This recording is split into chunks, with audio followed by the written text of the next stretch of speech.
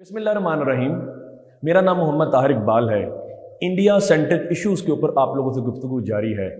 आज 6 सितंबर 1965 की इंडो पाक वॉर के ऊपर आप लोगों से गुफ्तगू होगी। इस वीडियो को मैंने 2 हिस्सों में तकसीम किया है।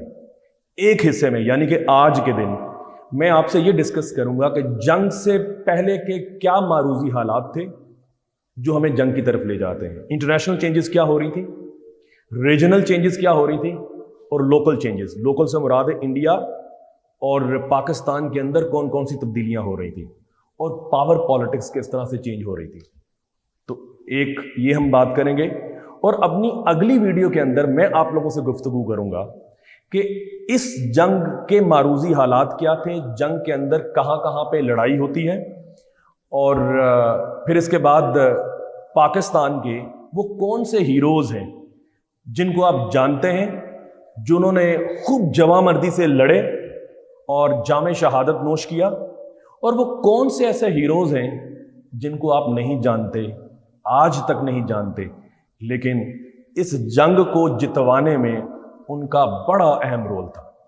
उसके बाद जो बैनुल अक़वामी मुबस्सरीन हैं, तारीख दान हैं, अस्करी माहरीन हैं, जो बैनुल अक़वामी जरीदे हैं, वो इस जंग के बारे में क्या कहते हैं, वो सारी चीज़ें मैंने आप लोगों के सामने रखनी है।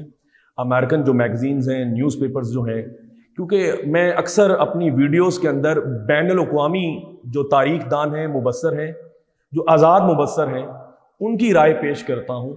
उसकी वजह यह है कि हमारे जो मुबस्सरीन हैं, राय रखने वाले लोग हैं, यहाँ पर लिखने वाले लोग हैं, कलमकार हैं, उनको तो आप मानते नहीं हैं।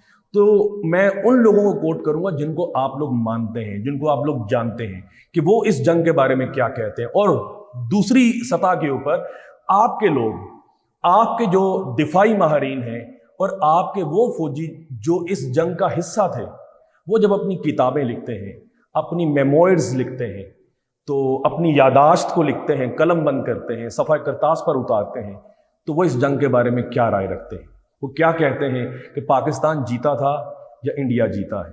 तो ये सारी बातें इंशाल्लाह आप लोगों से डिस्कस होंगी।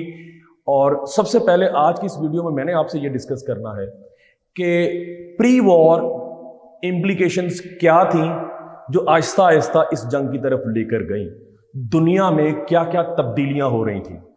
ये वो जमाना था जब कोल्ड वॉर पैराडाइम शिफ्ट हो रहे थे, तब्दील हो रहे थे। कोल्ड वॉर अपने अरूज पर थी और बायपोलर कन्फ्रंटेशंस जन्म दे रही थी मल्टीपोलर कॉम्पिटिशंस को। तो एक तब्दीली हो रही थी पूरी दुनिया के अंदर। सबसे पहले हम ये देखते हैं कि इंटरनेशनल स्टेज के ऊपर, प्लेटफॉर्म के ऊपर क्या तब्दीलियां हो रही थी। सबसे पहले क्यूबन वॉल जो मिसाइल क्राइसिस है, क्यूबन मिसाइल क्राइसिस 1962 में, वो अपने अरूज तक पहुंच चुका था। बेशुमार ममालिक इसके अंदर इन्वॉल्व थे, बेशुमार लोगों की नजरें इस पर थी।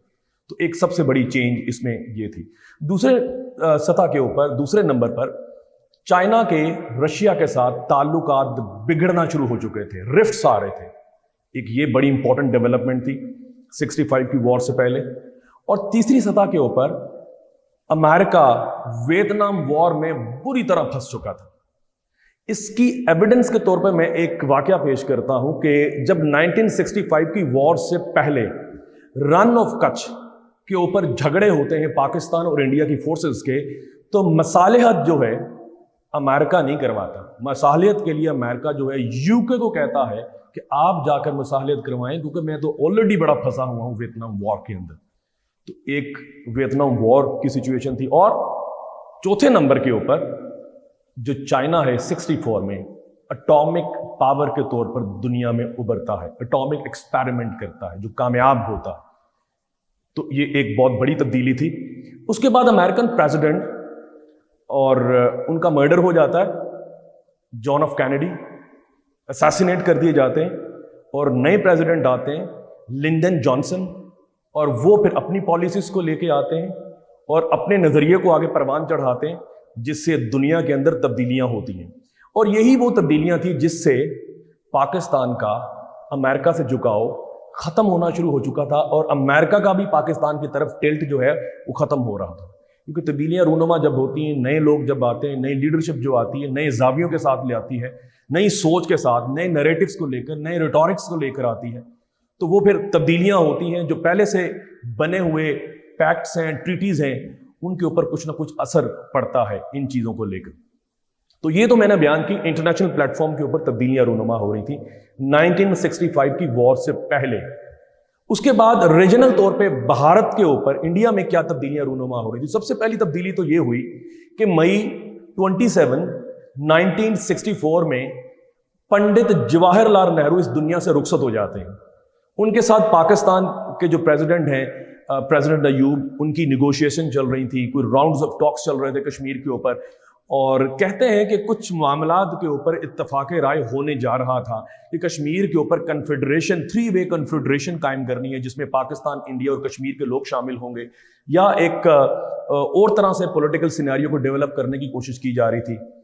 तो इनके वफात के बाद जब लाल बहादुर शास्त्री आते हैं तो वो भी एक नए जाविये को लेकर आते हैं, नई सोच को लेकर आते हैं, और जो एक पैसिमिज्म का माहौल था इंडिया का, उन्हें ख़त्म करने की एक ठानते हैं, और उसका नतीजा फिर जंग की सूरत में निकलता है। वो हम इंशाल्लाह नेक्स्ट वीडियो में डिस्कस करेंगे। लेकिन अभी हम डिस्कस करेंगे भारत के अंदर क्या तब्दीलियां रूनुमा हो रही थी। एक बहुत बड़ी तब्दीली भारत के अंदर ये थी कि एग्रीकल्चर डिक्लाइन जा रहा था, और इसकी एविडेंस के तौर पे मैं ये बताना चाहूँगा कि 1960 से लेकर 64 तक इंडिया ने अमेरिका से 17 million tons of food import किया अपने फैमिन से बचने के लिए, कहत से बचने के लिए। और फिर जो इंडिया के राइटर्स हैं वो उस दौर पे पढ़ लें, अखबारें पढ़ लें आप लोग, तो मैंने तो इस बात को आपसे डिस्कस करने से पहले काफ़ी सारी चीज़ों को रिसर्च किया। तो वो कह रहे थे कि जी करप्शन बहुत ज़्यादा है, नेपोटिज्म बहुत ज़्यादा है, सियासतदानों के ऊपर तनकीद हो रही थी, और कुछ पॉलिटिकल चीज़ों को लेकर नेहरू के ऊपर भी तनकीद हो रही थी, जो आजकल भी होती है कि जी सिंधास मुआहिदा गलत कर दिया, फलां चीज़ें गलत कर दी, इंडिया ने फलां चीज़ों के ऊपर पाकिस्तान के सामने सबमिट कर दिया अपने आप को। तो एक तनकीद का माहौल था। तो ये एक पॉइंट है। एक और बड़ा इंपॉर्टेंट पॉइंट कि 1962 की जो इंडिया की चाइना के साथ जंग होती है लाइन ऑफ एक्चुअल कंट्रोल पर, उसमें इंडिया हार जाता है। वो इस तरह कि चाइना इंडिया के 2 इलाकों पर कब्जा कर लेता है, एक अक्साई चिन जो कश्मीर का इलाका था, और दूसरा अरुणाचल प्रदेश। चाइना का ये आज तक क्लेम है कि अरुणाचल प्रदेश जो है वो हमारा है। अरुणाचल प्रदेश और चाइना का वो इलाका जिसे हम तिब्बत कहते हैं, उनके दरमियान जो बॉर्डर है, लाइन ऑफ एक्चुअल कंट्रोल, उसे मैकमोहन लाइन कहा जाता है। तो चाइना का आज तक ये कहना है कि किसी ज़माने में ये जो अरुणाचल प्रदेश है ये तिब्बत का इलाका था। उस अरुणाचल प्रदेश के अंदर एक बड़ा खूबसूरत इलाका है जिसका नाम तवांग है। तो तवांग एरिया बुद्धिज़्म का एक मरकज़ समझा जाता है। 6वें जो छठे दलाई लामा है वहाँ पैदा हुए, बेशुमार बुद्धिज़्म के मैन्युस्क्रिप्ट्स वहाँ पर हैं, रेलिक्स वहाँ पे हैं। तो यही वजह है कि तिब्बत के अपने लोगों को खुश करने के लिए, राज़ी करने के लिए चाइना ये क्लेम करता है कि ये इलाका हम किसी ना किसी सूरत में ले लेंगे। 1962 में कब्जा कर लिया, लेकिन जब मीडिएटर्स आए, उन मीडिएटर्स की वजह से एक कदम पीछे हटना पड़ा। 2 कदम आगे चले थे दोनों इलाकों पे कब्जा करके, लेकिन एक कदम पीछे हट ली। मतलब ये है कि अरुणाचल प्रदेश और अरुणाचल प्रदेश के अंदर जो तवांग का एरिया है उसको छोड़ दिया, ये इंडिया के हवाले कर दिया, जो आज तक इंडिया के पास है। लेकिन अक्साई चिन जो है वो अब चाइना के पास है। तो फतह किसकी हुई? वो चाइना की होती है। तो इंडिया के अंदर एक ह्यूमिलेशन का एक समा था। लोग जो थे वो पैसिमिस्ट थे, वो सोच रहे थे कि हमारे साथ क्या हो रहा है, हमारे फौजी अच्छी तरह से परफॉर्म नहीं कर रहे। तो यही जो वजूहात हैं लाल बहादुर शास्त्री को मजबूर करती हैं, इंडिया की पॉलिटिकल लीडरशिप को मजबूर करती हैं, इंडिया की मिलिट्री को मजबूर करती हैं कि अब कोई ऐसा कारनामा किया जाए, पाकिस्तान के ऊपर अटैक किया जाए, ताकि हम अपनी इज्जत को बहाल करें, अपने इमेज को बहाल करें। डोमेस्टिक प्रेशर बहुत ज्यादा था। तो इंडिया के अंदर ये तब्दीलियां रूनुमा हो रही थी। तब्दीलियों की बात कर रहे हैं हम। पाकिस्तान तरबेला डैम बना रहा है, मंगला डैम बना रहा है, इकोनॉमिकली स्ट्रांग हो रहा है, और 5 साला मंसूबे जो हैं वो पाकिस्तान को इकोनॉमिकली अपलिफ्ट कर चुके थे। वो काफ़ी मजबूत हो चुका था, अपने पांव पर खड़ा हो चुका था। तो अब जाते हैं पावर पॉलिटिक्स की तरफ। पावर पॉलिटिक्स के डायनामिक्स पाकिस्तान के हक में तब्दील हो रहे थे। वो इस तरह से कि अभी मैंने अपनी गुफ्तगू के आगाज़ में बात की कि अमेरिका سے پاکستان کے کچھ رفٹس کریٹ ہونا شروع ہوئے، وہ آج ابھی بات کرتے ہیں وہ کس طرح سے رفٹس ہیں۔ امریکہ کا چائنا کے ساتھ اس وقت ایک سٹینڈ آف تھا، وہ نہیں چاہتے تھے کہ چائنا کے ساتھ تعلقات بڑھیں، لیکن پاکستان نے چائنا کے ساتھ تعلقات بڑھانے شروع کر دیے۔ اور اس کی مثال یہ ہے کہ 1963 میں یو این لائی جو ہیں وہ پاکستان آتے ہیں، ان کو بڑا وارم تھمپنگ ریسیپشن دیا جاتا ہے۔ اس کے بعد 64 میں پریزیڈنٹ ایوب جو ہیں وہ چائنا چلے جاتے ہیں اور ان کا ایک ہیرو کی طرح پہ ویلکم کیا جاتا ہے۔ اس کے بعد پریزیڈنٹ ایوب 1965 میں ماسکو بھی جاتے ہیں۔ اب یہ دیکھیں انڈیا اور ماسکو کے بڑے قریبی تعلقات تھے رشیا کے، تو وہاں جاتے ہیں اور ایک جوائنٹ سٹیٹمنٹ آتا ہے ملاقات کے بعد، جس میں رشیا یہ کہتا ہے کہ Indian occupied Kashmir, Jammu and Kashmir کے لوگوں کو ان کی فری ول کے مطابق اپنے حق میں فیصلہ کرنے کی اجازت دینی چاہیے۔ ایک بہت بڑی سٹیٹمنٹ تھی، اور یہ وہ حالات تھے جس سے انڈیا نے سوچا کہ یہ چائنا اور ماسکو جو ہیں، جو بیجنگ اینڈ ماسکو جو دونوں ہیں، وہ پاکستان کے حق میں جا رہے ہیں اور یہ ایک ریجنل سیناریو چینج ہو رہا ہے۔ تو پاور پالیٹکس کا جھکاؤ پاکستان کی طرف تھا۔ پھر پاکستان کو چائنا کی طرف سے بڑی امداد ملتی ہے، اور ایک اور بڑا اہم واقعہ ہوا کہ جب 1965 کی وار ہوتی ہے تو لائن آف ایکچوئل کنٹرول بڑا گرم ہو جاتا ہے، اور ہزاروں کی تعداد میں چائنیز جو افواج ہیں، جو فوجی ہیں، وہ سکم اور ڈوکلام کے ایریا میں آ کر وہ محاذ گرم کر دیتے ہیں اور دھمکی بھی لگاتے ہیں کہ اگر انہوں نے یہ line of actual control Pakistan کے ساتھ جنگ کے دوران ونٹیج کے طور پہ یوز کیا تو یہاں سے پھر وہی تاریخ دہرانی پڑے گی جو 1962 میں ہم دہرا چکے ہیں 3 سال پہلے۔ تو یہ ایک پوری پاور پالیٹکس تھی جو پاکستان کے حق میں جاتی تھی، لیکن انڈیا نے اپنی پیسمزم کو، اپنی ہیوملیشن کو ریموو کرنا تھا، اپنے امیج کو بہتر بنانا تھا۔ اس وجہ سے مختلف محاذوں کے اوپر پاکستان پر حملہ کیا جاتا ہے، کشمیر کے اوپر حملہ کیا جاتا ہے، اور مطلب کشمیری سیز فائر لائن جو ہے اسے عبور کیا جاتا ہے۔ اس کے بعد رن آف کچھ میں پرابلمس کرنے کی کوشش کی جاتی ہے، لاہور کے اوپر اٹیک کرتے ہیں اور پاکستان اس چیز کو ریزسٹ کرتا ہے۔ ہم بات کر رہے ہیں ان ریزنز کی، ان امپلیکیشنز کی جو اس جنگ کی طرف ہمیں لے جاتی ہیں۔ تو ہم نے انٹرنیشنل شفٹس کی بات کی، پلیٹ فارم پر کون سی تبدیلیاں رونما ہو رہی تھیں، ریجنل ہم نے بات کی، اور پاور پالیٹکس کی بات کی، اور آخری بات، یہ ساری ہیڈنگز جو ہیں، یہ ساری چیزیں آؤٹ لائن جو ہیں آپ نے یاد رکھنی ہے، بڑی امپورٹنٹ ہے۔ یہ پورا کوئی 3-4 ہفتے میں نے اس چیز کو مکمل ریسرچ کی اور مختلف لوگوں سے ملاقات کی اور کچھ چیزوں کو جاننے کی کوشش کی۔